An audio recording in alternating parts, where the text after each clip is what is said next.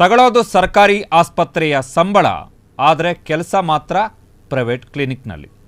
ಇದು ಸರ್ಕಾರಿ ವೈದ್ಯರೊಬ್ಬರ ವಿರುದ್ಧ ಕೇಳಿಬಂದಿರುವಂತಹ ಗಂಭೀರ ಆರೋಪ. ತಗೊಳ್ಳೋದು ಸರ್ಕಾರಿ ಆಸ್ಪತ್ರೆಯ ಸಂಬಳ, ಅಂದರೆ ಸರ್ಕಾರಿ ಸಂಬಳವನ್ನು ತಗೊಂಡು ಪ್ರೈವೇಟ್ ಕ್ಲಿನಿಕ್ ನಡೆಸ್ತಾ ಇದ್ದಾರೆ ಎನ್ನುವಂಥದ್ದು ಕೇಳಿಬರ್ತಾ ಇರುವಂಥ ಆರೋಪ. ಆಸ್ಪತ್ರೆ ವೈದ್ಯನ ಧನದಾಹಕ್ಕೆ ಸರ್ಕಾರಿ ಆಸ್ಪತ್ರೆಯ ಬಡ ರೋಗಿಗಳು ಹೈರಾಣಾಗಿದ್ದಾರೆ. ಕಾಸು ಕೊಟ್ಟು ಬಂದ್ರಷ್ಟೇ ಪ್ರೈವೇಟ್ ಕ್ಲಿನಿಕ್ನಲ್ಲಿ ವೈದ್ಯನ ಟ್ರೀಟ್ಮೆಂಟ್. ಎರಡೂ ಕಡೆ ಕೆಲಸ ಯಾಕಪ್ಪ ಅಂದರೆ ಸೇವೆ ಮಾಡ್ತಾ ಇದ್ದೀನಿ ಅಂತಿದ್ದಾರೆ ಡಾಕ್ಟರ್. ಸರ್ಕಾರಿ ಆಸ್ಪತ್ರೆಯ ಕೆಲಸದ ಅವಧಿಯಲ್ಲಿ ಈ ಡಾಕ್ಟರು ಪ್ರೈವೇಟ್ ಕ್ಲಿನಿಕನ್ನು ಕೂಡ ನಡೆಸ್ತಾ ಇದ್ದಾರಂತೆ. ಸೇವೆ ಹೆಸರಿನಲ್ಲಿ ಆಸ್ಪತ್ರೆ ಸನಿಹವೇ ವಿನಾಯಕ ಪಾಲಿಕ್ಲಿನಿಕ್ ತೆರೆದು ರೋಗಿಗಳ ಸುಲಿಗೆಯನ್ನು ಮಾಡ್ತಾ ಇದ್ದಾರೆ ಎನ್ನುವಂಥದ್ದು ಕೇಳಿಬಂದಿರುವಂಥ ಆರೋಪ. ನಾಗಮಂಗಲ ಸರ್ಕಾರಿ ಆಸ್ಪತ್ರೆಯ ಮೂಳೆ ತಜ್ಞ ಡಾಕ್ಟರ್ ಪ್ರಶಾಂತ್, ವೈದ್ಯ ಡಾಕ್ಟರ್ ಪ್ರಶಾಂತ್ ವಿರುದ್ಧ ಈ ಆರೋಪ ಕೇಳಿಬಂದಿದೆ. ಸತ್ಯ ಗೊತ್ತಿದ್ದರೂ ಕಣ್ಮುಚ್ಚಿ ಕುಳಿತಿದ್ದಾರೆ ಆರೋಗ್ಯ ಇಲಾಖೆಯ ಅಧಿಕಾರಿಗಳು. ಇದು ಸ್ವತಃ ಮಂಡ್ಯ ಜಿಲ್ಲಾ ಉಸ್ತುವಾರಿ ಸಚಿವ, ಕೃಷಿ ಸಚಿವ, ನಾಗಮಂಗಲ ಕ್ಷೇತ್ರದ ಶಾಸಕ ಚಲವರಾಯ ಸ್ವಾಮಿಯವರ ಕ್ಷೇತ್ರದಲ್ಲೇ ಆಗ್ತಾ ಇರುವಂತಹ ವ್ಯವಹಾರ ಇದು. ಆರೋಗ್ಯ ಸಚಿವ ದಿನೇಶ್ ಗುಂಡೂರಾವ್ ಅವರೇ, ಈ ಡಾಕ್ಟರ್ನ ಕಳ್ಳಾಟಕ್ಕೆ ನೀವು ಬ್ರೇಕ್ ಹಾಕಬೇಕು. ಕಾರಣ ಏನು ಅಂತ ಹೇಳಿದ್ರೆ, ಸರ್ಕಾರಿ ಆಸ್ಪತ್ರೆಯ ಮೂಳೆ ತಜ್ಞ ಅಂಥೇಳಿ ಸರ್ಕಾರ ಕರೆದು ಕೆಲಸ ಕೊಟ್ಟು, ಸರ್ಕಾರ ಸಂಬಳ ಕೊಟ್ಟು ಸರ್ಕಾರಿ ಆಸ್ಪತ್ರೆಗೆ ಬರುವಂತಹ ರೋಗಿಗಳ ಸೇವೆ ಮಾಡಬೇಕು ನೀವು. ಅದಕ್ಕೋಸ್ಕರ ನಿಮಗೆ ಸರ್ಕಾರದಿಂದ ಸಂಬಳ ಕೊಡ್ತಾ ಇದ್ದೀವಿ ಅಂಥೇಳಿ ಸರ್ಕಾರ ನೇಮಕ ಮಾಡಿಕೊಂಡ ಬಳಿಕ ಈ ಡಾಕ್ಟರು ಸರ್ಕಾರಿ ಆಸ್ಪತ್ರೆಯಲ್ಲೇ ಸೇವೆ ಮಾಡಬೇಕು. ಸೊ ಇದು ವೈದ್ಯರ ಕ್ಲಿನಿಕ್ಕು, ಸರ್ಕಾರಿ ಆಸ್ಪತ್ರೆ ವೈದ್ಯರ ಕ್ಲಿನಿಕ್ಕು, ವಿನಾಯಕ ಪಾಲಿಕ್ಲಿನಿಕ್. ಆಸ್ಪತ್ರೆಯ ಸಮೀಪದಲ್ಲೇ ಇಷ್ಟು ದೊಡ್ಡದ ವಿನಾಯಕ ಮೆಡಿಕಲ್, ಸೊ ಮೆಡಿಕಲ್ಲು ಅವ್ರದ್ದೇ ಇದ್ದಂಗಿದೆ.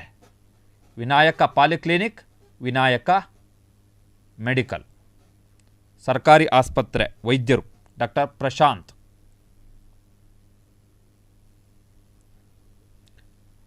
ಸಾರ್ವಜನಿಕ ಆಸ್ಪತ್ರೆ ಒಂದು ವಿಂಡೋದಲ್ಲಿ ನೀವು ನೋಡ್ತಾ ಇರುವಂಥದ್ದು ನಾಗಮಂಗಲ ತಾಲೂಕಿನ ಸಾರ್ವಜನಿಕ ಆಸ್ಪತ್ರೆ, ದೊಡ್ಡ ಆಸ್ಪತ್ರೆ. ಆ ಆಸ್ಪತ್ರೆಯ ಸಮೀಪದಲ್ಲೇ ಡಾಕ್ಟರ್ ಪ್ರಶಾಂತ್ ಅವರು ಕ್ಲಿನಿಕನ್ನು ಓಪನ್ ಮಾಡಿದ್ದಾರೆ. ಆಸ್ಪತ್ರೆಯ, ಸರ್ಕಾರಿ ಆಸ್ಪತ್ರೆಯ ಒಳಗಡೆಯ ಪರಿಸ್ಥಿತಿ ನೋಡಿ. ಎಷ್ಟು ಜನ ರೋಗಿಗಳಿದ್ದಾರೆ, ಎಷ್ಟು ಜನ ರೋಗಿಗಳಿದ್ದಾರೆ. ಸೊ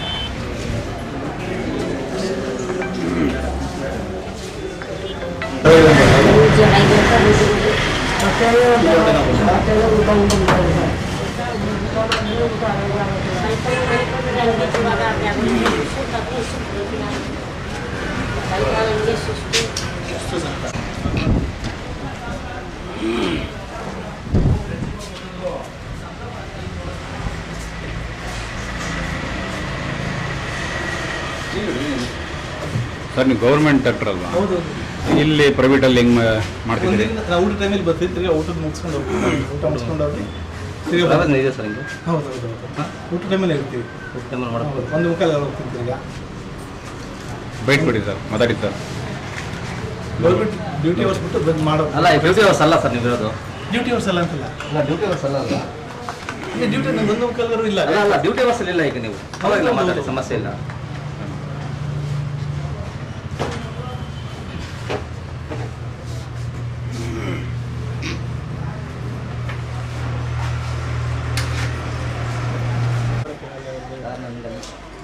ಎಲ್ಲವೂ ಕೂಡ ಇದೆ. ಅಲ್ಲಿಂದ ನೀವು ಇದಕ್ಕೆ ಬರೋಕ್ಕೆ ಇದಕ್ಕೆ ಬರೋನ್ನ ಕಳಿಗೆ ನೀವು ಇಲ್ಲಿ ಮಾಡ್ತಿದ್ದೆ. ಬೆಳಿಗ್ಗೆ ಸಂಜೆ ಊಟ ಬನ್ನಿ ಯಾರಿಗೂ ಹಂಗೆ ಮಾಡೋಕ್ಕಾಗಲ್ಲ. ಆಯಿತು.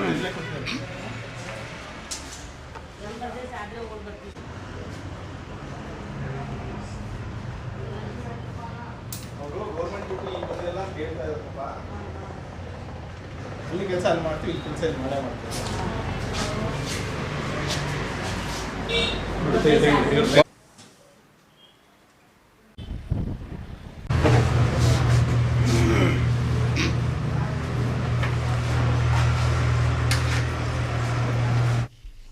ಸೊ ಅಲ್ಲಿ ಮೀಡಿಯಾದವರು ಹೋದರು ಡಾಕ್ಟರ್ ಪ್ರಶಾಂತ್ ಅವರ ರಿಯಾಕ್ಷನನ್ನು ತೆಗೆದುಕೊಳ್ಳಿಕ್ಕೆ. ಯಾಕಂತ ಹೇಳಿದ್ರೆ ಆಮೇಲೆ ಡಾಕ್ಟರ್ ಹೇಳ್ಬೋದು, ನಾಳೆ ನನ್ನ ವಿರುದ್ಧ ಸುದ್ದಿ ಬಿತ್ತರ ಮಾಡಿದ್ದಾರೆ, ನನ್ನ ಪ್ರತಿಕ್ರಿಯೆಯನ್ನೇ ತೆಗೆದುಕೊಂಡಿಲ್ಲ, ಈ ಮುಖಾಂತರ ನನಗೆ ಮಾನಹಾನಿಯಾಗಿದೆ, ನನ್ನ ಗೌರವಕ್ಕೆ ಧಕ್ಕೆ ಆಗಿದೆ ಅಂಥೇಳಿ ಡಾಕ್ಟರ್ ಹೋಗ್ಬೋದು, ಅವಕಾಶ ಇದೆ.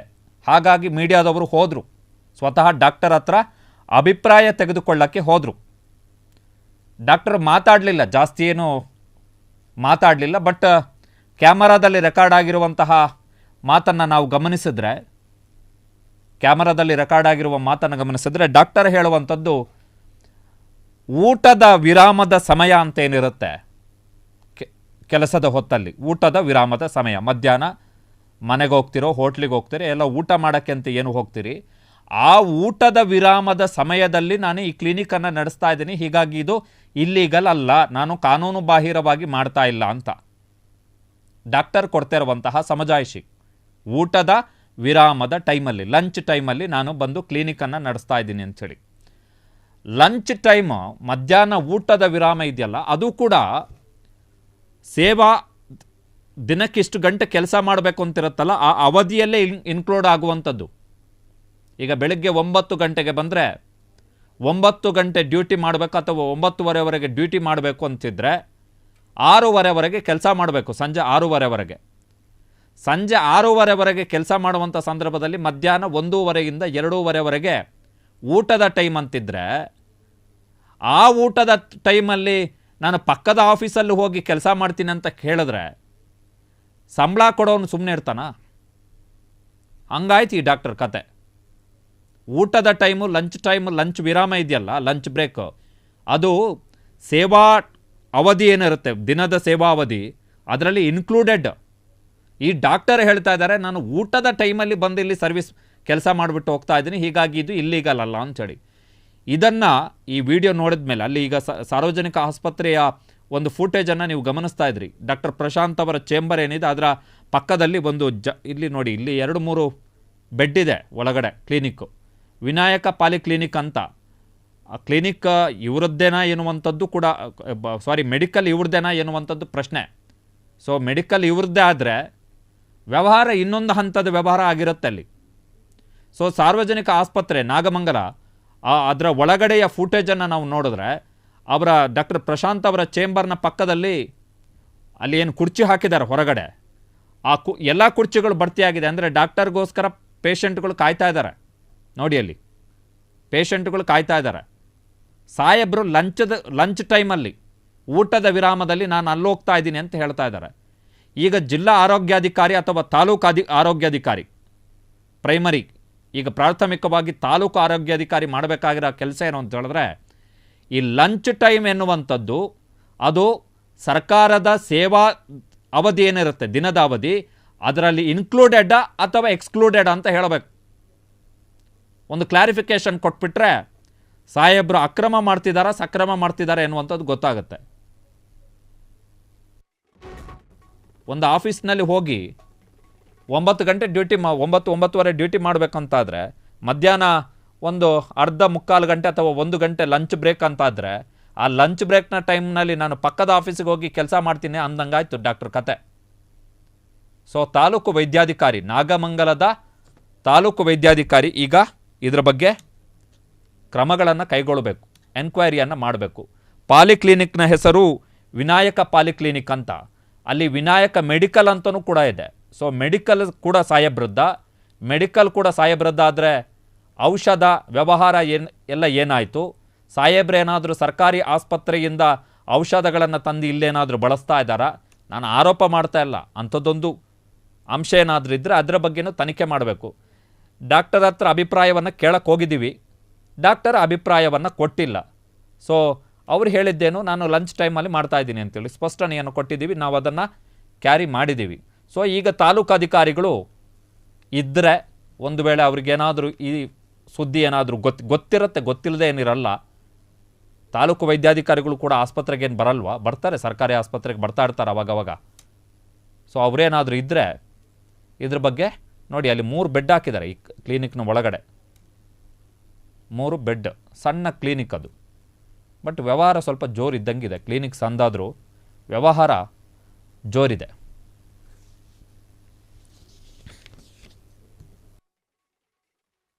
ಇದನ್ನು ಅವಾಯ್ಡ್ ಮಾಡಿ ಅಂತ DHO ಒಂದ್ಸಲ ಹೇಳಿದರು.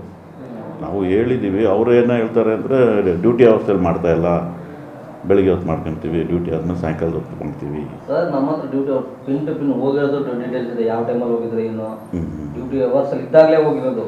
ಇಲ್ಲಿಂದ ಬಂದರೆ ಪೇಷಂಟ್ನ ಅಲ್ಲಿ ಕರ್ಕೊಂಡ್ಬಂದು ಕಳಿಸಿದ್ದಾರೆ, ಅಲ್ಲಿ ಬಂದು ಅಲ್ಲಿ ನೋಡ್ತಾರೆ ಇದರಲ್ಲಿ. ಹೌದು, ನಾವು ತುಂಬ ಸಲ ತಿಳಿಸಿದ್ದೀನಿ ಅವ್ರಿಗೂ, ಜ್ಯೋತಿ ಮೇಡಮ್ಗೂ ಹೇಳಿದ್ದೆ. ಅವ್ರು ಹೇಳೋದು ಡ್ಯೂಟಿ ಟೈಮಲ್ಲಿ ನಾವು. ಸೊ ನಮ್ಮ ಜೊತೆಗೆ ನಮ್ಮ ಪ್ರತಿನಿಧಿ ಸತೀಶ್ ಅವರಿದ್ದಾರೆ. ಈಗ ಡಾಕ್ಟರ್ ಇವತ್ತು ವಿಡಿಯೋದಲ್ಲಿ ಸ್ಪಷ್ಟನೆ ಕೊಟ್ಟಿದ್ದಾರೆ ಸತೀಶ್ ಅವರೇ, ನಾನು ಲಂಚ್ ಟೈಮಲ್ಲಿ ಬಂದು ಮಾಡ್ತಾ ಇದ್ದೀನಿ ಅಂಥೇಳಿ. ಬರೀ ಲಂಚ್ ಟೈಮಲ್ಲಷ್ಟೇ ಕ್ಲಿನಿಕ್ ಓಪನ್ ಮಾಡಿ ಕೂಡ್ತಾರಾ ಅಥವಾ ಬೇರೆ ಟೈಮಲ್ಲೂ ಕೂಡ ಕೂಡ್ತಾರಾ ಅಂತ? ಬೇರೆ ಟೈಮಲ್ಲೂ ಆಸ್ಪತ್ರೆಯಿಂದನೂ ಕ್ಲಿನಿಕ್ಗೆ ಪೇಷಂಟ್ಗಳನ್ನ ಕರ್ಕೊ ಹೋಗ್ತಾರೆ ಅಂತ ಹೇಳುವಂತ ಆರೋಪ ಅಲ್ಲಿ ಸ್ಥಳೀಯ ಸಾರ್ವಜನಿಕರಿಂದ ಕೇಳಿ ಬರ್ತಾ ಇದೆ. ಓಕೆ. ಹಾಗಾಗಿ ಇದ್ರ ಬಗ್ಗೆ ಅಲ್ಲಿರುವಂತಹ ತಾಲೂಕು ಆರೋಗ್ಯಾಧಿಕಾರಿಗಳು ಕೂಡ ಸ್ಪಷ್ಟವಾದ ನಿಲುವಿಲ್ಲ. ನಾನು ಪ್ರಭಾರ ಅಧಿಕಾರದಲ್ಲಿ ಇದ್ದೀನಿ ಅಂತ ಹೇಳ್ತಾ ಇದ್ದಾರೆ ಸರ್. ಓ, ಹಂಗಾದ್ರೆ ಸದ್ಯಕ್ಕೆ ಬಚಾವ್ ಆಗಾದ್ರೆ ಈಗ ಸದ್ಯಕ್ಕೆ ಇವರು ನುಣಿಸ್ಕೊಳ್ಳೋ ಪ್ರಯತ್ನ ನಡೀತಾ ಇದೆ ಹೊರತು ಇವರು ಹೆಚ್ಚು ಈ ರೋಗಿಗಳನ್ನು ಕೂಡ ಸರ್ಕಾರಿ ಆಸ್ಪತ್ರೆಗೆ ಬರುವಂತ ರೋಗಿಗಳನ್ನು ಕೂಡ ಅಲ್ಲಿ ಕರ್ಕೊಂಡು ಹೋಗ್ತಾ ಇದ್ದಾರೆ ಕ್ಲಿನಿಕ್ಗೆ ಏನೋ ಅಂತ ಆರೋಪ ಕೇಳಿ ಬರ್ತಾ ಇದೆ. ಸೊ ಅಂದ್ರೆ ಅಲ್ಲಿ ಈಗ ಇವರ ಪಾಲಿಕ್ಲಿನಿಕ್ ಅಲ್ಲಿ ಕಾಣಿಸಿಕೊಳ್ಳುವಂತಹ ಪೇಷಂಟ್ಗಳು ಅವರು ಸರ್ಕಾರಿ ಆಸ್ಪತ್ರೆಗೆ ಬಂದಂತವರು ಬಂದವಂತವ್ರನ್ನ ಅಲ್ಲಿಗೆ ಸಾಕಾಕೋತಿದ್ದಾರೆ ಅಂತ ಹೇಳುವಂತ ಆರೋಪ ಕೇಳಿ ಬರ್ತಾ ಇದೆ. ಇದಕ್ಕೆ ಸಂಬಂಧಪಟ್ಟಂತೆ ಕೆಲವು ಹತ್ರ ದಾಖಲೆಗಳು ಇದೆ. ಓಕೆ. ಆ ಮೆಡಿಕಲ್ ಯಾರ್ದು ಸರ್? ಅದು ಖಾಸಗಿ ಮೆಡಿಕಲ್. ಮೆಡಿಕಲ್ ಇರೋದು ಅವರು ವ್ಯಾಪಾರ ಮಾಡ್ತಿದ್ದಾರೆ. ಅವ್ರಿಗೆ ಸ್ಥಳಾವಕಾಶ ಉಚಿತ ಕೊಟ್ಟಿರ್ಬೋದು ಅನ್ನೋ ಮಾಹಿತಿ. ಓಕೆ. ಈಗ ನಿಮ್ಮ ಪ್ರಭಾರ ತಾಲೂಕು ಆರೋಗ್ಯಾಧಿಕಾರಿ ಹೇಳ್ತಾ ಇರುವಂತದ್ದು ನಾನು ಏನು ಮಾಡಕ್ಕಾಗಲ್ಲ ಅಂತ. ಹೌದು, ಅವರ ಅಸಹಾಯಕತೆ ಅಸ್ಪಷ್ಟತೆ ಅವರಲ್ಲಿದೆ. ಇದ್ರ ಬಗ್ಗೆ ಕೂಲಂಕುಷವಾಗಿ ತನಿಖೆ ಮಾಡಲಿಕ್ಕೆ ಸಿದ್ಧ ಇಲ್ಲ ಅಲ್ಲಿ. Okay okay. ಡಾಕ್ಟರ್ ಪ್ರಭಾವಿಗಳು ಅನ್ನೋ ರೀತಿ ಕಂಡು ಬರ್ತಾ ಇದೆ ಮೇಲ್ಮಟ್ಟದಲ್ಲಿ.